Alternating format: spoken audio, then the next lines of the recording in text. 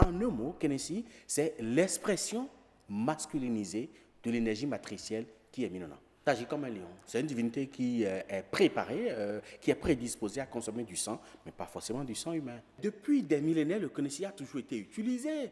Et compte tenu de sa délicatesse, le Kenessi n'était pas dans les mains de n'importe qui. C'était dans les mains des gens qui sont vraiment assermentés. Maintenant, le Kenessi n'implique pas l'usage du sang humain. Non. C'est dans la perspective de décupler sa force de frappe qu'on lui donne le sang humain. Du mal, le Kenessi a beaucoup été utilisé depuis un bon moment par des gens pour faire beaucoup de mal, surtout à des gens, à des innocents. Le Kenessi n'est pas un égrégore.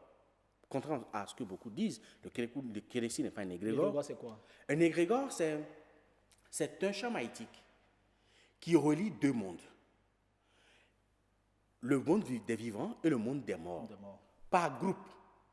Par groupe de ceux qui pensent et qui agissent de la même manière.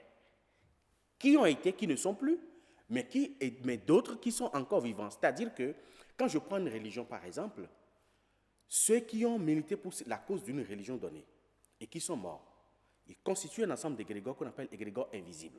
Okay.